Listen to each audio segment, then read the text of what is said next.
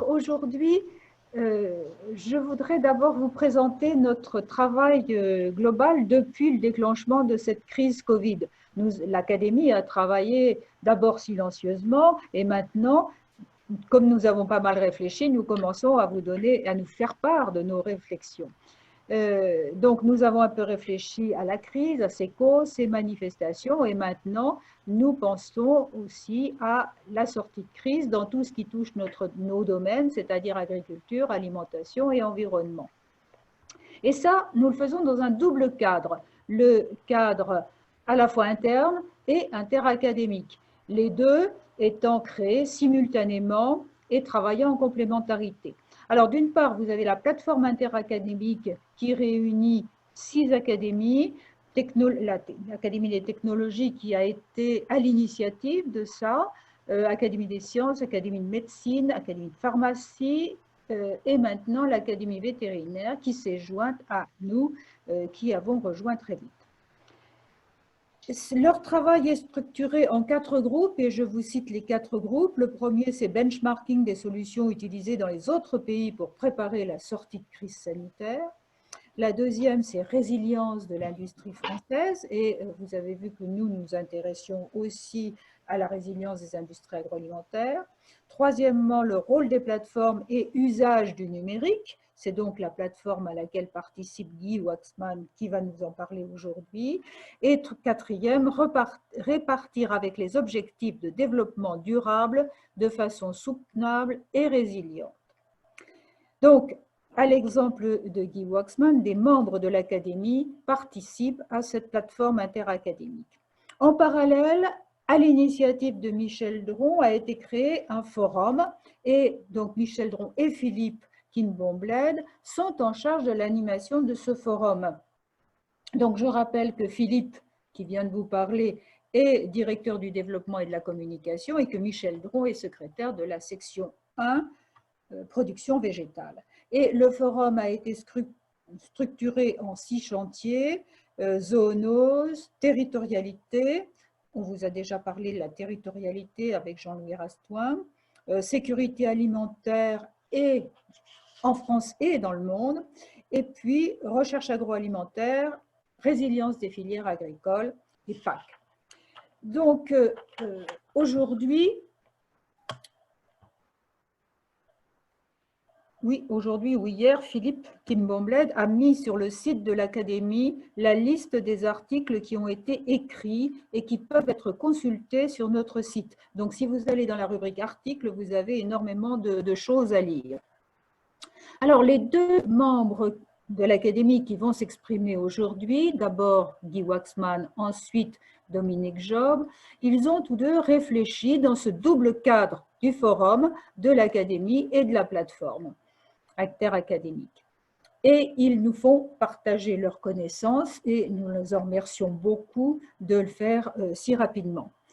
Alors, le point commun entre les 2 interventions, c'est que tous 2 vont nous parler d'innovation, car la crise Covid risque d'être un bon catalyseur des mutations et des transitions en cours dans les filières agricoles et alimentaires.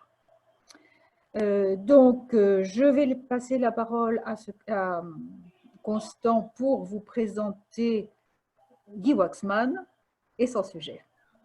Voilà. Merci Nadine, merci Madame la Présidente. Bon, Guy Waxman, que certains connaissent parce qu'il a beaucoup travaillé en tant qu'ingénieur agronome, d'abord au Québec, puis ensuite dans un grand organisme national, et on a eu, je dirais, un peu un maître commun, c'est Atonati, ceux qui ont connu les débuts de la micro-informatique, donc c'est assez normal que nous retrouvions aujourd'hui Guy Waxman sur ces problèmes de numérisation, ce problème d'intelligence artificielle, tout ce problème de plateforme, puisque autant à l'ACTA où il était directeur informatique, ou en tenant son blog à titre personnel, bon, c'est quelqu'un qui est très féru de ces problèmes, comme je le disais tout à l'heure, d'intelligence artificielle et de numérisation. Donc Guy Waxman merci à toi d'apporter tes compétences au sein d'Académie. Tu es dans la section agrofourniture et l'informatique fait partie de ces sources de l'agriculture et pas seulement l'agriculture, aussi l'industrie bien sûr, mais également tu es maintenant secrétaire adjoint de cette section. Donc on te laisse la parole et on te remercie aussi d'avoir contribué, participé activement à ce groupe interacadémique. À toi. Eh bien, merci. Donc, je vais essayer de vous présenter. Alors là, j'ai fait une dyslexie entre Covid et Codif, voilà. Je m'en excuse. Donc, cet exposé, j'en aurais dû le faire à deux, puis notre collègue Jean-Marie Serroni n'a pas pu se joindre, enfin, donc un empêchement. Donc, je voudrais vous parler donc de. Là, on parle de basculement. C'est un terme qui a été beaucoup utilisé dans l'enseignement. Dans l'enseignement, il y a véritablement un basculement vers le numérique qui s'est produit après une longue période de maturité, disons, de maturation. Un basculement également, j'évoquerai aussi ça, je voudrais aussi l'évoquer tout à l'heure en matière de télémédecine. Là encore, pendant très longtemps, on a parlé de télémédecine, mais sans rien voir de concret, au moins si on n'était pas engagé directement dans le sujet. Et puis là, tout d'un coup, brusquement, je crois que sur la première semaine d'avril, il y a eu 1 million de téléconsultations médicales dans la semaine. Enfin, ça a été absolument stupéfiant. Un basculement aussi bon, pour l'Académie d'agriculture hein, qui utilise les moyens d'Agrium aujourd'hui pour faire ce genre de téléconférence. Alors, donc je me présente, membre de l'Académie d'agriculture, gros, alors j'ai édite 2 lettres hebdomadaires donc, qui sont disponibles sur le site informatique-agricole.org, sur lequel on peut s'abonner, et puis j'ai été ancien directeur d'acta informatique. Donc là, vous voyez, je me suis mis en photo avec un masque parce que donc, dans mes nombreuses publications, j'ai beaucoup protesté contre le principe de précaution, mais j'oublie pas que ça n'empêche pas d'être prudent. Donc, de porter le masque quand il faut. Alors, une première remarque, là vous avez, c'est Jean-Marie Serroni qui me l'a suggéré, lui qui est un orateur de première bourse, si je puis dire, qui a une présence sur scène tout à fait, une présence physique, une présence enfin, à beaucoup d'égards, enfin, sans parler du fond qui est vraiment intéressant. Effectivement, on se trouve avec beaucoup de conférences casse-pieds, alors j'espère que celle-ci ne va pas l'être trop casse-pied justement. Et dans sa réflexion, Jean-Marie Serroni me dit que on fera la part des choses et que les rencontres physiques auront quand même un bel avenir, à moins qu'on arrive à inventer un art oratoire spécifique sur le web, un vrai charisme. Et là, pour ce qui me concerne, j'ai peur de vous décevoir. Hein. Mais encore que les webinaires de notre académie sont quand même, j'ai regardé les précédents, ils étaient tout à fait d'une bonne tenue. Voilà. Alors, avant de passer à l'année 2020, il faut se souvenir de ce qui s'est passé, à mon avis, il faut se souvenir de ce qui s'est passé en l'an 2000, non pas parce que c'était le changement de millénaire, mais c'est qu'il y a eu une bulle boursière qui a éclaté, c'est exactement il y a 20 ans. Et il y a 20 ans, donc, un peu comme aujourd'hui d'ailleurs, on voyait Internet comme la solution de tous nos problèmes, comme la potion magique. Et là, vous voyez, je me suis adressé à un spécialiste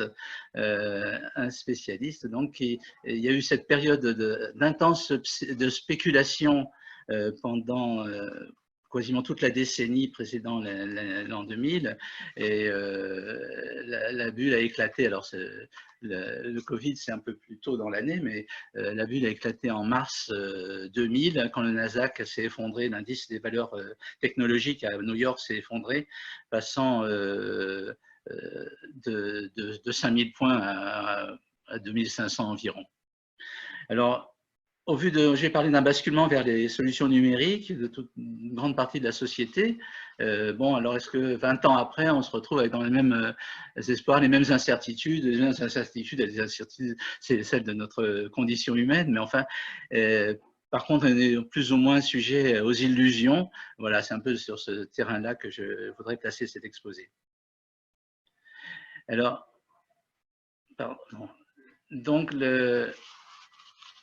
avant d'aborder donc l'agriculture, je vous ai dit, je voudrais juste parler de l'enseignement, du télétravail, qui sont deux thèmes. Je vous ai parlé de la télémédecine et on y reviendra aussi. Alors, dans l'enseignement, il y a eu quelque chose qui est vraiment tout à fait remarquable. On en a beaucoup discuté avec l'Académie des technologies. Pour la première fois, il y a eu un très très fort intérêt des enseignants. Jusqu'à présent, c'était plus des choix individuels, une curiosité, une passion, certes, mais pas quelque chose de massif. Là, les enseignants ont fait preuve d'une créativité incroyable. Alors on verra que c'est aussi le cas des agriculteurs qui ont su montrer une capacité d'adaptation tout à fait étonnante. Et alors, on peut dire qu'il y a beaucoup d'élèves qui ont été intéressés. Alors, malheureusement pas tous, hein, parce qu'il y a notamment il y a eu beaucoup de problèmes avec une large partie des élèves qui ont décroché. Mais enfin, il y a eu une grande partie des élèves qui ont bien accroché à cette solution d'enseignement. Alors, bien sûr, les difficultés, on les connaît dans le monde rural, dans le monde agricole et rural, c'est les problèmes de réseau, donc ce qu'on appelle la bande passante, c'est-à-dire la vitesse d'Internet. Le second problème qui s'est trouvé, c'est que tout ce qui était structuré avant, c'est-à-dire les espaces numériques de travail, les sites du CNED avec toutes ses qualités, ou Eduscol ou le réseau Canopé, les plateformes se sont écroulées sous la demande. C'était tout à fait imprévu, inenvisageable jusqu'à présent, et ils ont dû faire face à cette grande difficulté. Et c'est pourquoi les enseignants, finalement, ont été vers des solutions plus individuelles. Alors, il y a quelque chose auquel les gens ont subi et pas toujours bien vu, c'est tous les problèmes de sécurité. Il y a eu vraiment, pendant toute cette période, c'est pas fini, un tsunami de virus, de virus et d'attaques des sites Internet. Bien entendu, il y avait quand on a 1, 2, 3 enfants, il y avait le problème de l'équipement des familles. Des familles ne sont pas équipées avec 5 ordinateurs. Une famille de 5 personnes n'avait pas forcément 5 ordinateurs. C'est l'évidence même. Et donc, ça a été vraiment une grosse difficulté que le partage des outils. Bon, mais bien entendu, puisque les enseignants ont fait chacun ont fait preuve de créativité, ce qui était formidable. Bon, il y a une grande hétérogénéité, évidemment, dans les supports de formation qui ont été créés, bien sûr. Au niveau de l'organisation, le suivi des élèves a été pas extraordinaire. Et puis, les élèves ont pas toujours été bien informés des ressources dont ils pouvaient disposer. Et à l'heure du déconfinement, écoutez, là, il y a beaucoup de gens qui réfléchissent à cette expérience qui s'est déroulée là sous nos yeux, à ce qui s'est passé sous nos yeux. Il s'agirait en premier lieu de chacun, mais c'est vrai aussi pour le monde agricole, que chacun puisse rendre compte de son expérience, hein, expliquer ce qui s'est passé, comment il l'a vécu, voilà.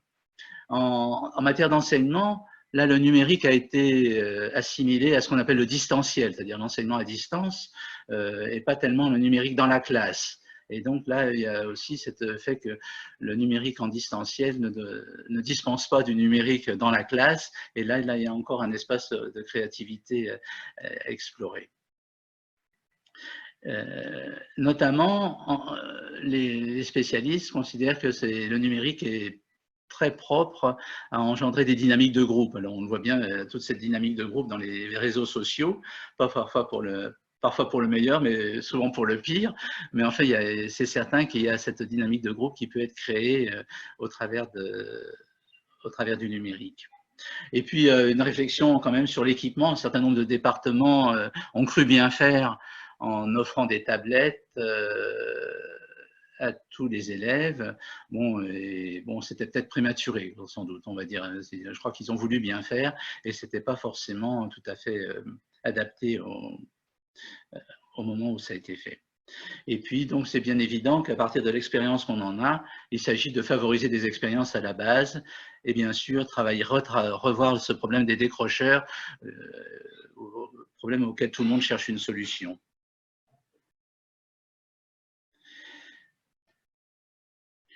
Maintenant, un autre grand basculement, donc, ensuite on verra l'agriculture, hein, bien sûr, c'est le télétravail. Alors souvent apprécié, mais pas toujours, hein. Il y en a qui resteraient bien en télétravail et d'autres pour qui ça a été une expérience un peu plus douloureuse. Alors de la même façon que dans l'enseignement, les gens ont fait du télétravail avec des outils de bric et de broc, hein, et des échanges erratiques de messages électroniques. D'ailleurs, notre ami Philippe s'en plaignait amèrement des échanges erratiques de messages électroniques qui ne sont pas bien lus, même par moi, je fais un mea culpa. On arrive à en avoir tellement qu'on ne sait plus, on est perdu. Il y a cette overdose de mails dans lequel on est perdu. Il y a encore donc toujours ces problèmes de sécurité donc, sur lesquels je voudrais que vous preniez, auxquels il faut prendre garde. Et donc là encore, en matière de télétravail, les bonnes pratiques en matière de circulation de l'information numérique sont sans doute à inventer ou au moins à redécouvrir par chacun d'entre nous. Ah bon, j'en viens à l'agriculture. Donc, il y a eu hier, c'est paru hier, oui. C'est un petit sondage, je ne sais pas comment il faut appeler ça, c'est une petite enquête sur les solutions pour traverser la crise, pour rejoindre les préoccupations du forum que Michel Dron anime au sein de l'Académie d'agriculture. Bon, alors il y a bien sûr dans les solutions, il y a des solutions qui sont privilégiées par les agriculteurs. Mais alors, ce qu'on est un peu surpris, c'est que si vous regardez la dernière ligne, c'est la mise en place de solutions de travail collaboratif. C'est-à-dire tout ce qui peut être plateforme d'échange d'informations, d'échange d'informations, bien sûr, mais probablement possibilité d'échange de services, rendre un service à quelqu'un pour demander un service à quelqu'un. Donc, peut-être plus que des échanges d'informations, des échanges de travail. Voilà. Si vous montez un peu plus haut, il y a quelque chose sur lequel on reviendra, c'est des conseils pour l'accompagnement à la vente des productions.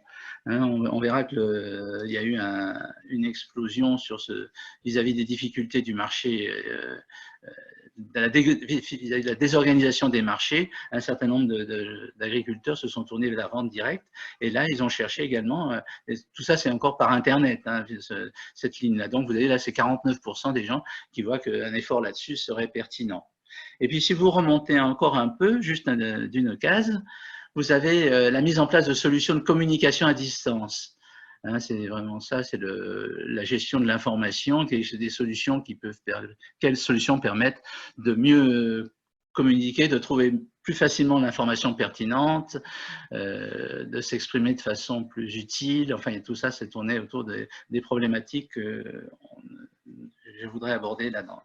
Vous voyez que donc ce souci et nos soucis, enfin, notre propos correspond à une vraie préoccupation d'un certain nombre d'agriculteurs.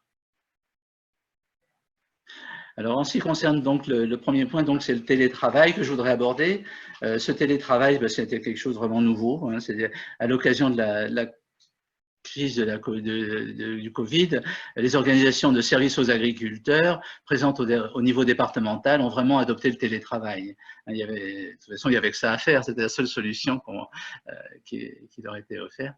Et donc, pour la première fois, en masse, je dirais, l'aide à la comptabilité ou à la finalisation des dossiers fiscaux, l'aide aux déclarations PAC, qui sont quand même un grand sujet du moment.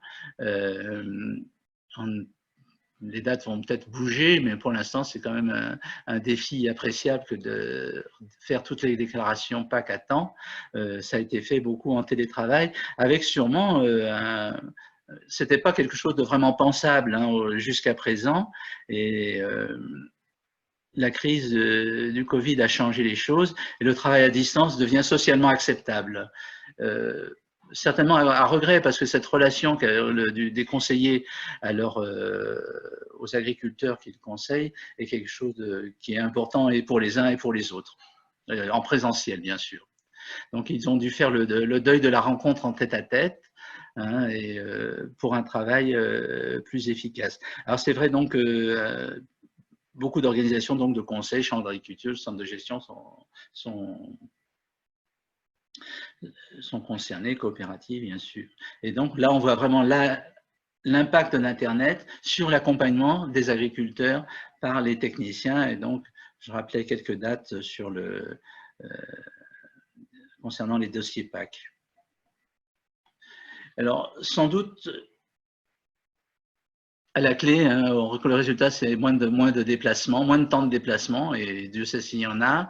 Des réunions mieux préparées, mieux structurées. Alors, reste à savoir si elles seront plus utiles, hein, dans la mesure où c'est facile de décrocher, de penser à autre chose devant son ordinateur, puis de passer du coq à l'âne. Mais enfin, disons, les réunions mieux préparées, mieux structurées, c'est tout à fait, je crois que c'est un acquis. Avec cette question donc, que j'évoquais à l'instant, il y a une convivialité évidente dans notre milieu professionnel et on serait embêté de perdre ceci.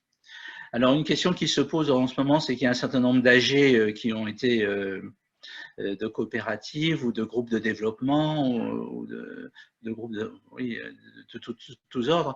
On ne sait pas si on peut les tenir. D'ailleurs, en principe, on ne peut pas les tenir, hein, dès qu'on est plus de 10. Est-ce que, et puis c'est gênant, donc c'est quand même ce sont des organisations qui ont réellement besoin d'un fonctionnement démocratique pour vivre réellement. Est-ce qu'elles vont pouvoir passer est-ce qu'elles vont passer à Zoom comme on le fait maintenant, ou à Google ou à toute autre solution pour tenir leurs AG et réunions statutaires? Voilà, donc c'est vraiment quelque chose de. Enfin, moi je crois qu'il faudrait qu'elles vont s'y mettre parce que c'est vraiment une condition même de leur efficacité, et sinon de leur survie à terme qui est en jeu. Alors, le deuxième point sur lequel je voudrais aborder maintenant, le deuxième point, donc il y a eu ces pertes de marché. Bon, il y a tout ce qu'on a dit sur l'agneau pascal, les fromages, l'horticulture florale ou maraîchère. La fermeture des marchés a été une véritable catastrophe, hein.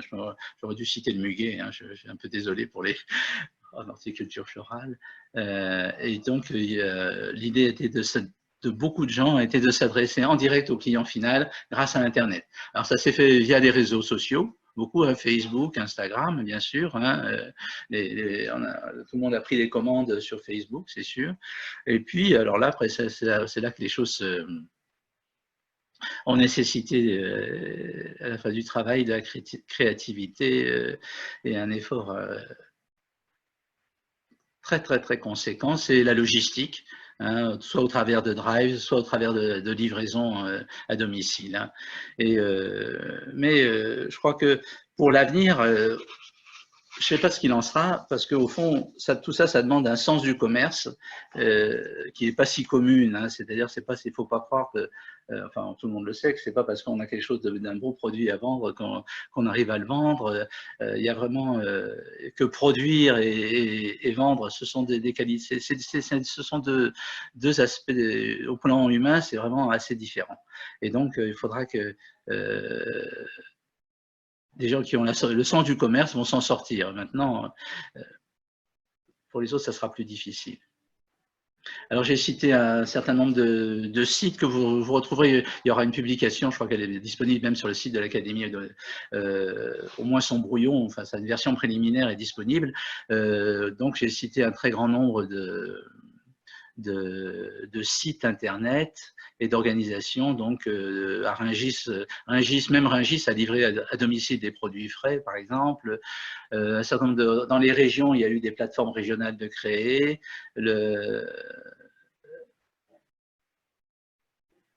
Le Crédit Agricole a soutenu une opération, le Crédit Agricole soutient de façon très très remarquée et remarquable un certain nombre de startups et créé une plateforme, donc loop-market.fr, de site de vente directe. Alors sur un autre site, ils insistent, une solution, mais pas la solution. C'est évident que ça ne peut pas être la solution pour tout le monde. Les caves coopératives viticoles, alors c'était... j'aurais dû préciser, se sont mis au drive, ont essayé de le faire savoir par Internet et en réponse au confinement pour livrer des clients en direct. Et puis, il y a vous verrez dans la liste, il y a vraiment beaucoup de solutions techniques, donc il y a l'embarras du choix. Et puis, je cite quand même quelque chose de tout à fait intéressant.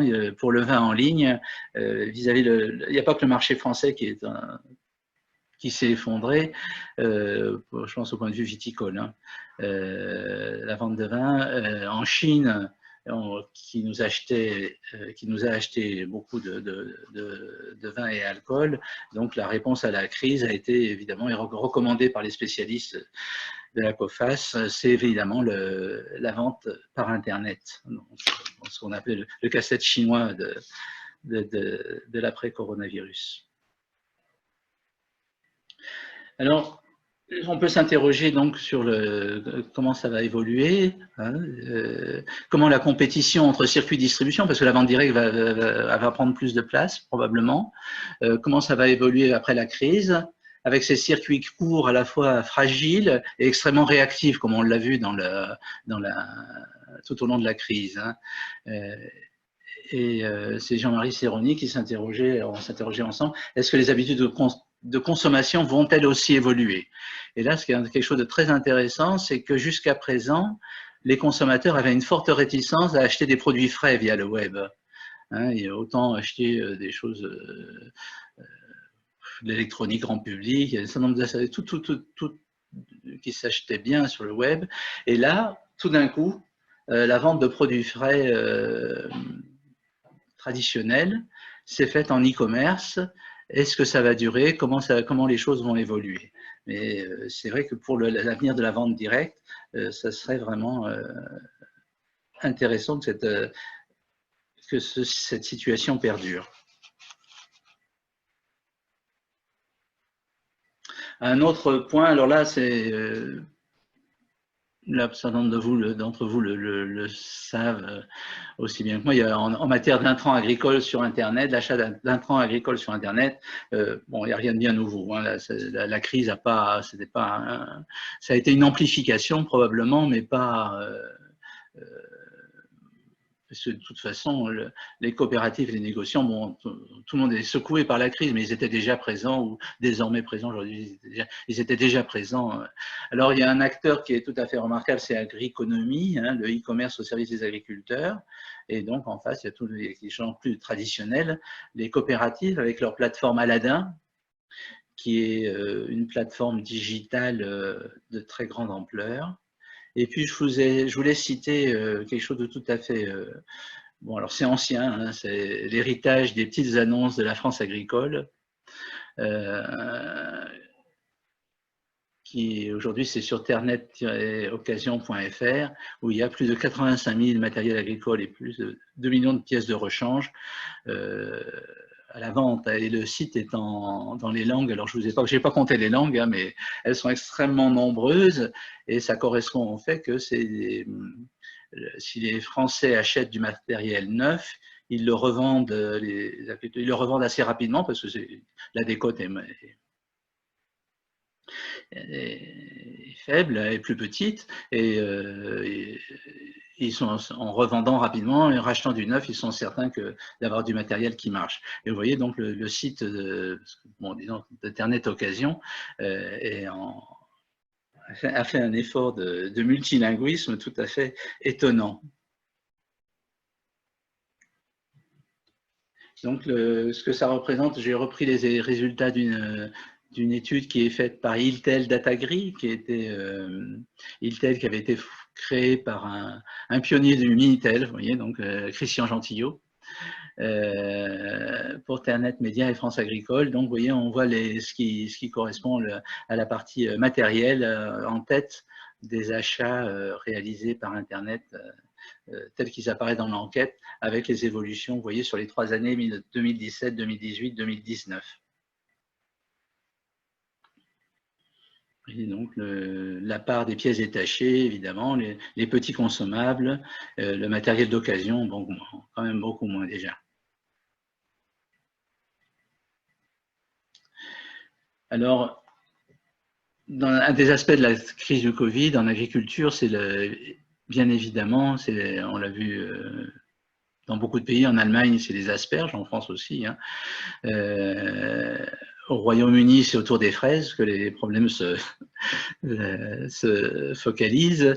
Donc, nous avons besoin des travailleurs émigrés, on en a besoin de 200 000 en France. L'Italie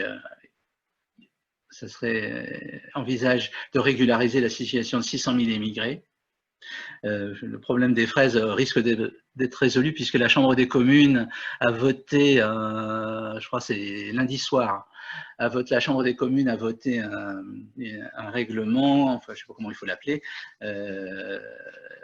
considérant que les fruit pickers, les ramasseurs de fruits seraient prioritaires pour des visas d'autorisation d'entrée au Royaume-Uni.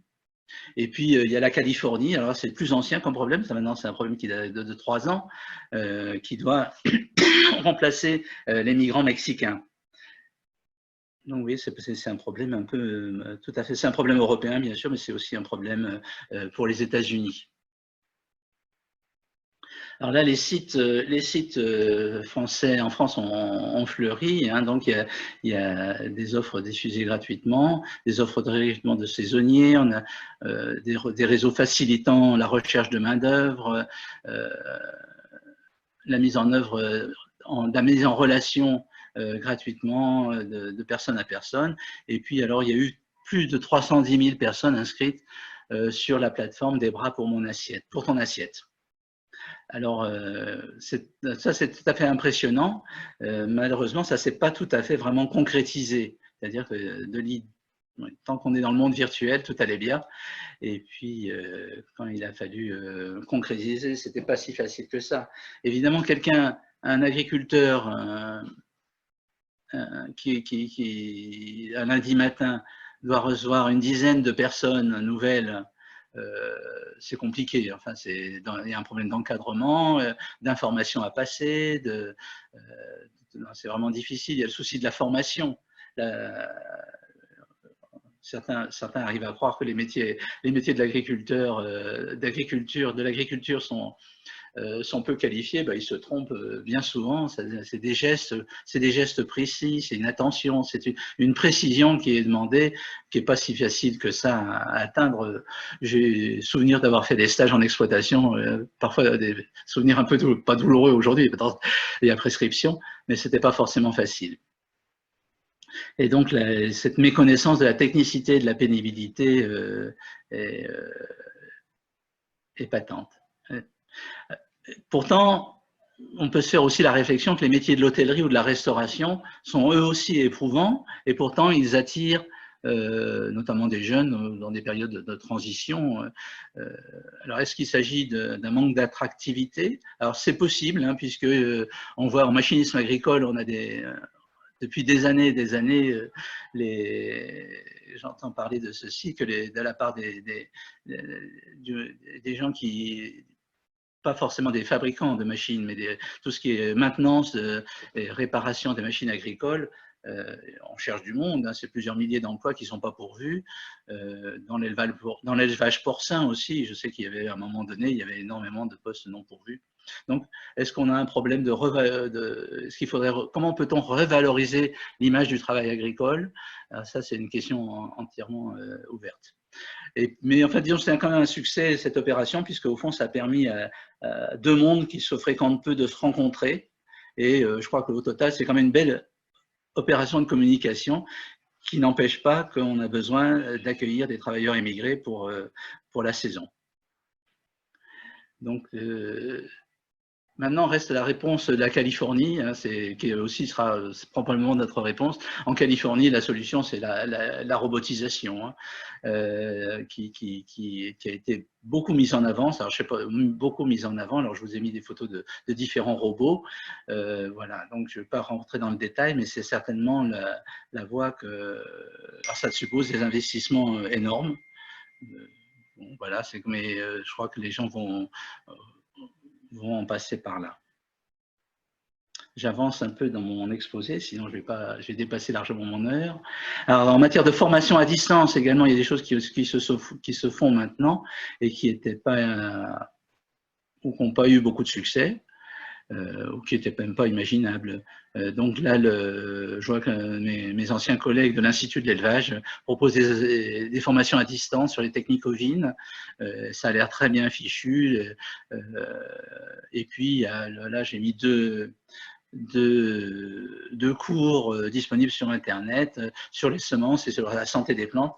Je crois qu'ils viennent tous deux de l'école de Rennes. Là, on ne peut pas dire qu'il y a eu un mouvement massif là-dessus, hein, je ne pense pas. Mais je pense que ça va les choses. Alors, j'ai déjà évoqué ça, pour le monde rural, c'est quelque chose de vraiment important, puisqu'on a ce problème de désert médical. Donc, le succès de la télémédecine a vraiment été quelque chose d'extraordinaire. Et puis, c'est quelque chose d'assez curieux, puisque un des avantages que voient les docteurs, c'est que c'est une solution de filtrage des patients, c'est-à-dire qu'on voit ça leur permet de savoir qui il faut vraiment voir en direct. Donc, c'est une première étape, et ça leur a apparu très satisfaisant sur cet angle-là.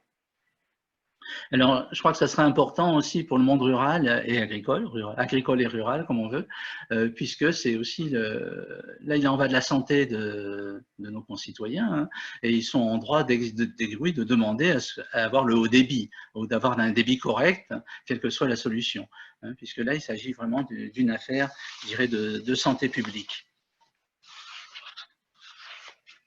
Un des aspects de cette santé publique est que, vous savez, il y a toujours ce problème de surmortalité par suicide des exploitants agricoles. On sait par ailleurs qu'il existe des solutions de soutien psychologique qui se faisaient par Skype ou n'importe.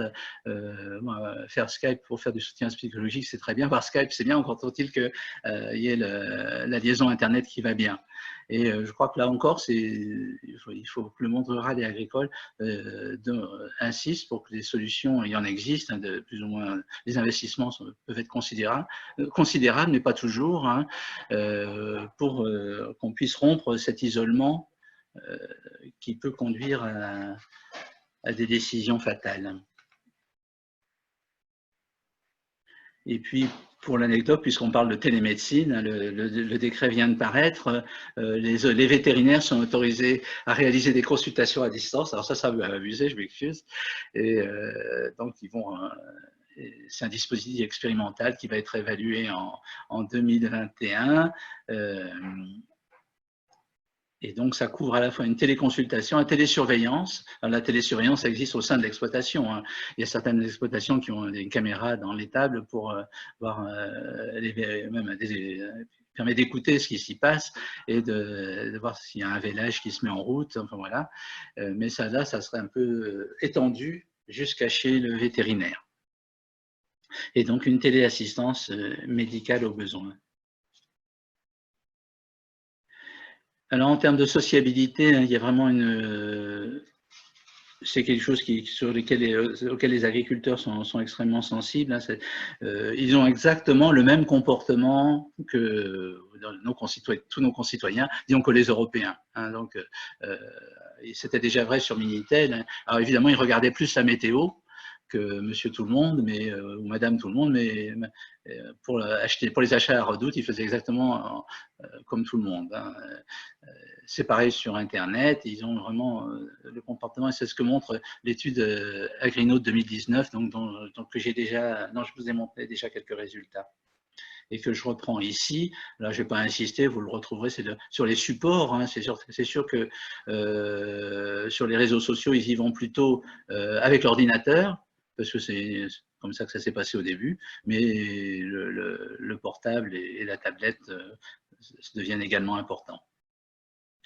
Là, c'est la comparaison des différents réseaux sociaux avec Facebook et YouTube qui sont privilégiés. Vous retrouverez des détails. L'enquête dans son ensemble est disponible sur Internet. Alors, qu'est-ce qu'ils regardent? Bon, ben, écoutez, les sujets d'autres, des agriculteurs, des sujets professionnels, mais je crois pas que. Hein, c'est pas du tout. Ça, c'est ce qu'on. Mais en fait, ils regardent aussi beaucoup en dehors de l'agriculture. Alors, je voulais dire 2 mots de Galiléo, parce que c'est vraiment quelque chose qui est un peu marginal certainement, mais qui est important. C'est le GPS européen qui annonce déjà 1 milliard d'utilisateurs. Je ne sais pas comment il y trouve, mais si c'est vrai, c'est très bien. C'est une précision incomparable avec le GPS, hein, et ça permettrait vraiment un essor de l'agriculture de précision, sans avoir à recourir à des solutions qu'on appelle RTK, qui consiste à prendre une station de référence de façon à corriger le signal GPS qui est brouillé, enfin qui est imprécis. Et donc, ça serait vraiment économique pour la mise en œuvre de l'agriculture de précision dans de bonnes conditions. Alors, il a eu des malheurs en 2019 avec une panne. Tous les satellites ne sont pas opérationnels, mais voilà, Galiléo devrait vraiment apporter énormément à l'agriculture en termes de précision et fournir une alternative crédible au GPS américain dans les années qui viennent. Alors, ce dont j'ai pas parlé, bien sûr. Alors, en premier lieu, il y a la presse, hein, la presse nationale qui est la presse en général est en danger de mort. Hein, c'est vrai que c'est quelque chose à un changement culturel complètement. Oui, je dirais dramatique, hein, au moins pour des gens comme moi. La presse nationale n'est pas en bonne forme, la presse locale ou la presse professionnelle agricole départementale, sans oublier les mensuels techniques, sont en difficulté, hein, ça c'est sûr. Il y a des difficultés structurelles, bien sûr, du fait du vieillissement du lectorat agricole et rural. Mais en plus, il y a, bon, bien sûr, alors, la faillite de la Poste, hein, qui n'a pas distribué les journaux pendant la crise, les fermetures en ville, les fermetures des kiosques, les problèmes d'impression, l'effondrement de la publicité. Voilà. Donc, qu'est-ce que ça va devenir? C'est vraiment une question ouverte et il n'y a pas forcément lieu d'être optimiste. Hein. Alors, la solution, c'est le digital avec abonnement, mais il faut se rendre compte que je vous ai mis le succès absolument, je vous ai mis un petit graphique là sur le succès absolument invraisemblable du New York Times, qui doit être à plus de 4 millions d'abonnés par Internet. Mais bon, ça ne peut pas être répété comme ça, facilement. Enfin, c'est un succès exemplaire, mais voilà, cette inquiétude pour la presse où la crise du Covid sera peut-être difficile à surmonter, sûrement difficile à surmonter. Ce dont je n'ai pas parlé non plus, c'est toujours dans le domaine du numérique, du virtuel, c'est les objets connectés. Alors, l'Internet des objets, qui est avec beaucoup de promesses, hein, beaucoup de projets, beaucoup de choses, mais enfin, encore pour l'instant, c'est quelque chose qui progresse, hein, mais les objets connectés, vous voyez, la station météo connectée, c'est pas tellement original. La caméra fixe dans les tables pour surveiller du matériel, c'est pas non plus la sonde connectée. Enfin, il y a beaucoup de choses qui se font, qui sont dans les sociétés, dans les laboratoires des sociétés, mais ce n'est pas encore, ça va venir.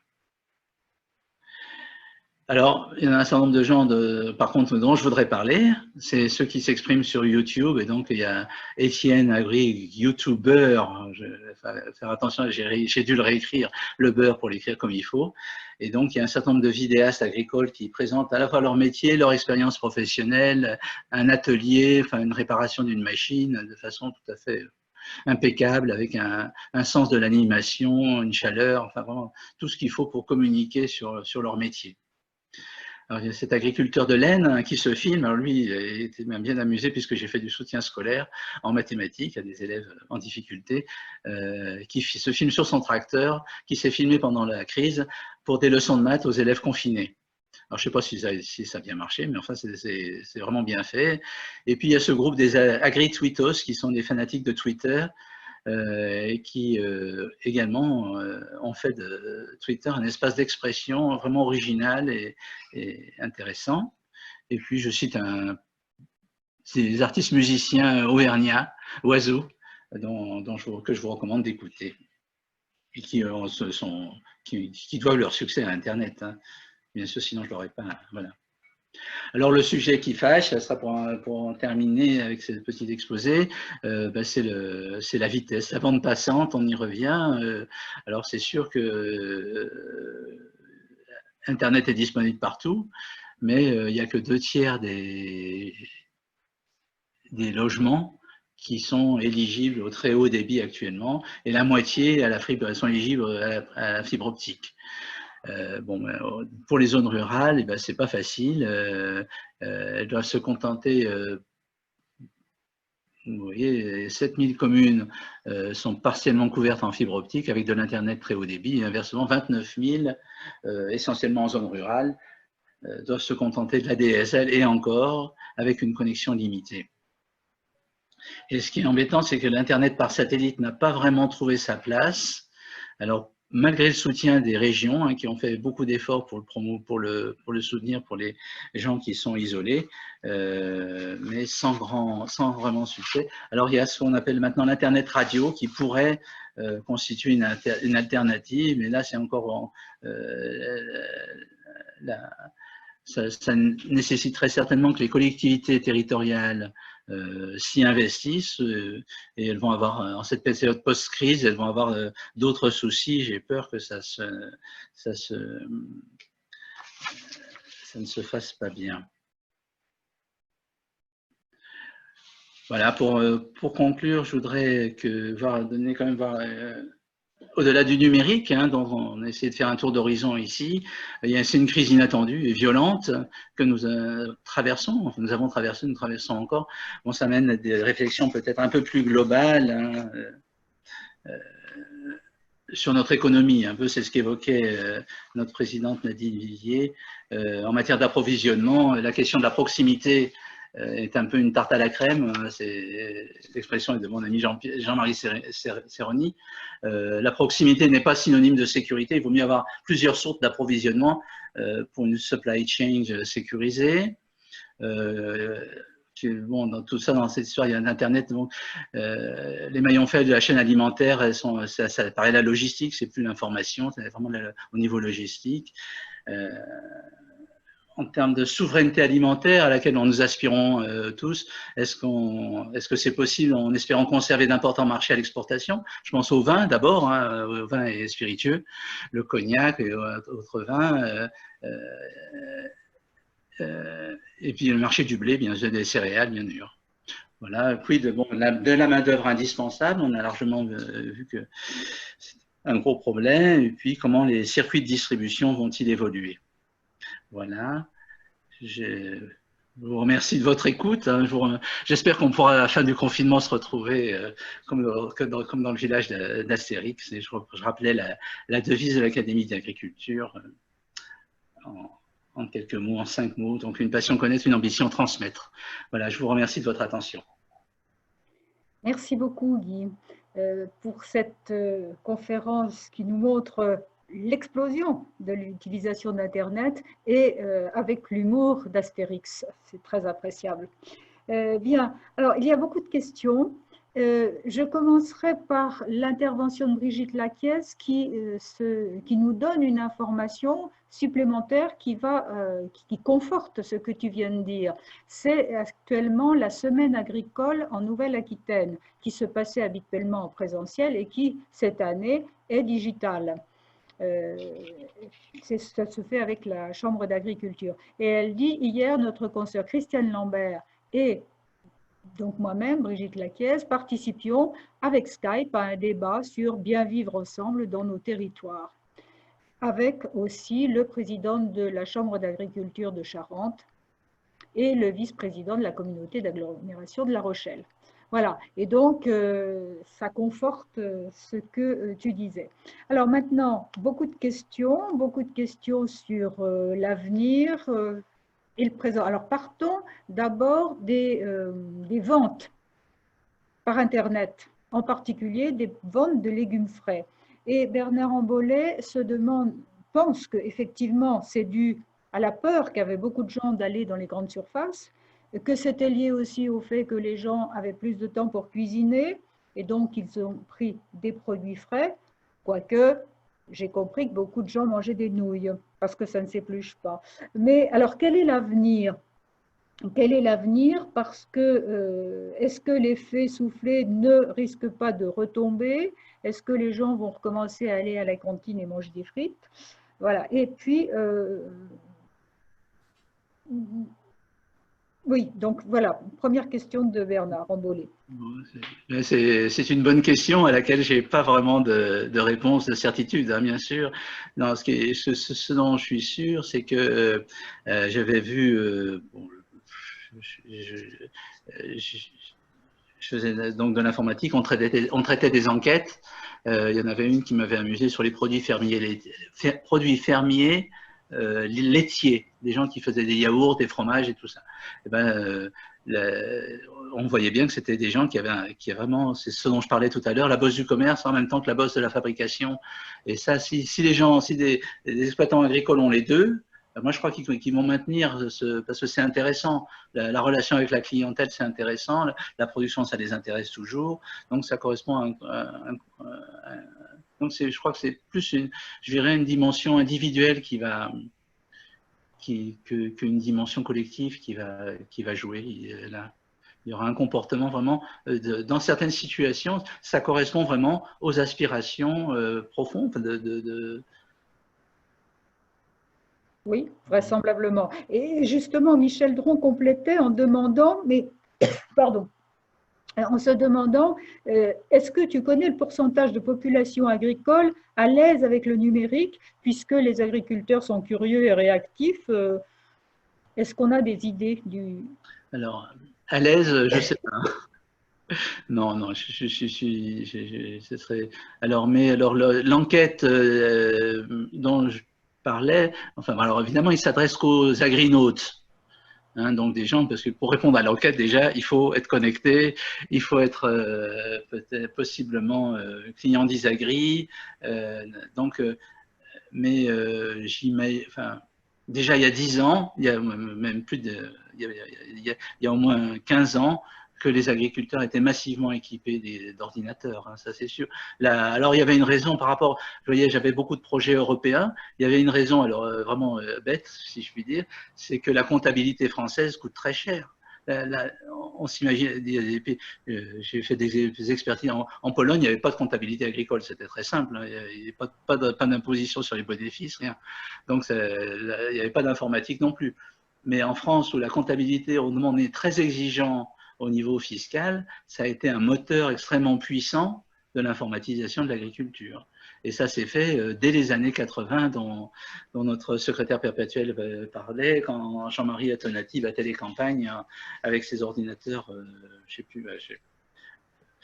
Et donc, oui, donc c'est à la fois ancien, c'est à la fois structurel, hein, du fait de cette complexité des exigences comptables. Et non, maintenant, je crois, c'est pas une adhésion de cœur, les gens se sont pas mis, mais la comptabilité leur coûtait cher. S'ils en faisaient une partie, ils n'allaient pas jusqu'à, ils font certifier leur compte, les gens, enfin, que j'ai connus, hein. Mais s'ils pouvaient en faire une partie et s'impliquer dedans un peu, ils le faisaient. Enfin, c'était souvent la femme qui le faisait, mais enfin, oui. Non, c'est massif. Bien, alors une question de Philippe Prévost d'Agrignum. Comment faire en sorte que la robotique sur laquelle tu as insisté, que cette robotique n'encourage pas uniquement les formes d'agriculture capitalistique de certains territoires car il ne faudrait pas reproduire l'abandon de territoire ou de production, comme l'a fait la mécanisation dans les années 70, alors que l'on cherche à reterritorialiser les systèmes alimentaires. Bon, alors c'est effectivement c'est une très bonne question.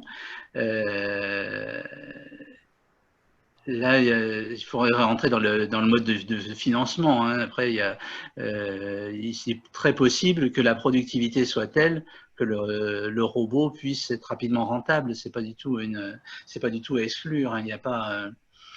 Maintenant, il va falloir selon il y a beaucoup. Enfin, comment dire. Dans les difficultés on rencontre, c'est souvent le problème du crédit qui est plus fondamental que la technique, que les outils techniques. Hein. Si c'est financé dans des conditions raisonnables, bon, ça peut être, ça sera jamais neutre, hein, bien sûr, mais enfin oui. Mais j'ai pas de bonne réponse à la question en réalité. Hein. Alors là, cette fois, ça n'est pas une question, mais ça peut intéresser aussi bien toi pour tes statistiques que les auditeurs. Philippe Prévost, toujours, nous donne une petite remarque, mais qui doit intéresser tout le monde, sur l'évolution des cours en ligne. Ce n'est plus marginal quand certains MOOC dépassent les 5000 personnes. Et même, attends, j'ai du mal à lire tous les zéros, mais c'est 50 000 personnes inscrites en même temps. Les MOOC réunis dans Agrignum cumulent aujourd'hui 200 000 inscrits sur 3 ans, sachant que le nombre d'étudiants de l'enseignement supérieur agricole et vétérinaire est de 17 000. Donc effectivement, c'est considérable. Le problème reste encore la difficulté des formateurs à passer de la posture du sachant à la posture de guide. Mais on peut espérer que dans la période actuelle, ça aidera au changement, comme on le voit dans le Conseil aux agriculteurs. Bien, alors, après ce témoignage, j'ai encore beaucoup de questions. On va en prendre encore deux types. Michel Dron se demande si nous ne sommes pas aujourd'hui comme à l'époque des radios privées avec une explosion d'offres qui va bientôt qui s'est régulée progressivement. Alors, comment vois-tu cette régulation? Quels en seront les critères de réussite dans le web agricole? Si je me réfère à ce qui s'était passé au moment de l'informatisation dont parlait Constant Lecoeur, notre secrétaire perpétuel, dans les années 80, on arrivait à presque une centaine de sociétés qui faisaient des offres de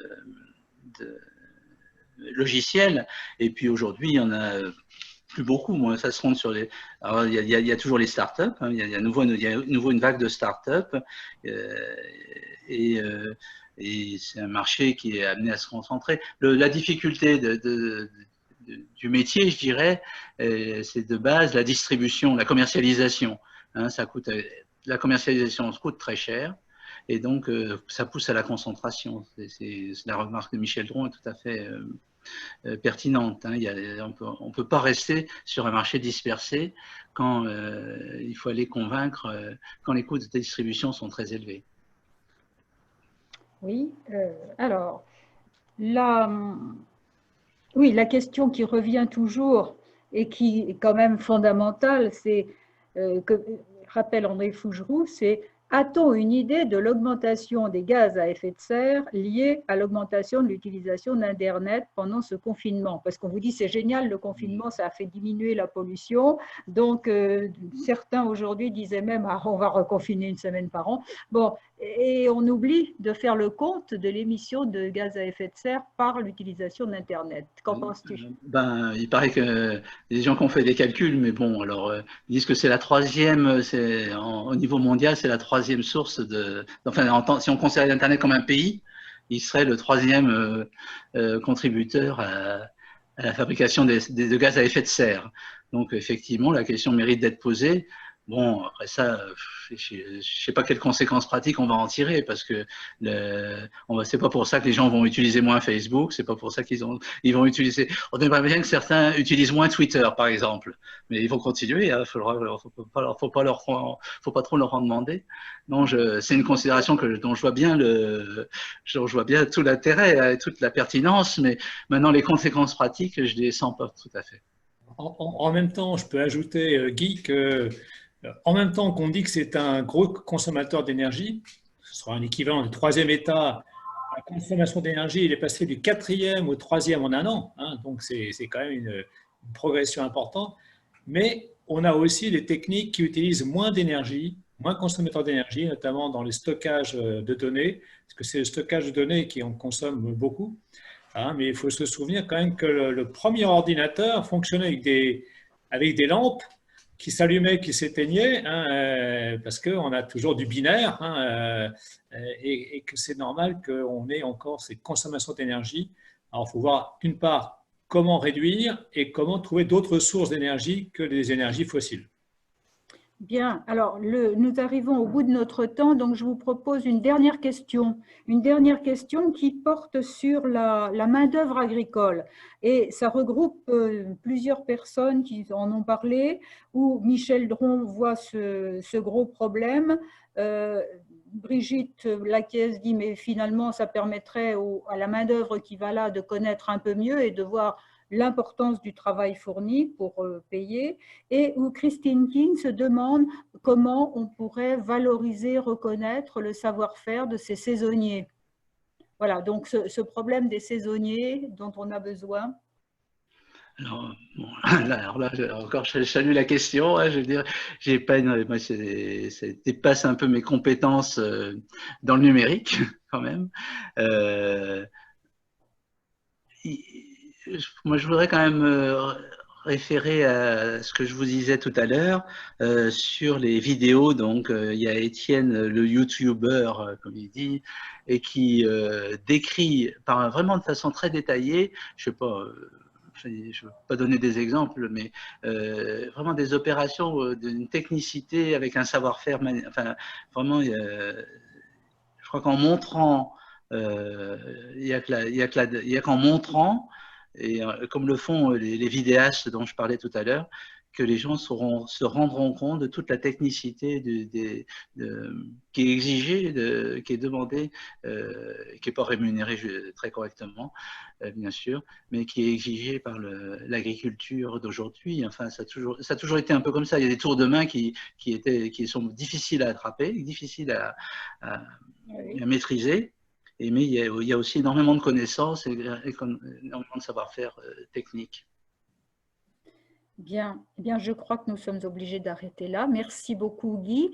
Et nous n'avons pas fini notre après-midi. Nous reprenons à 4 heures.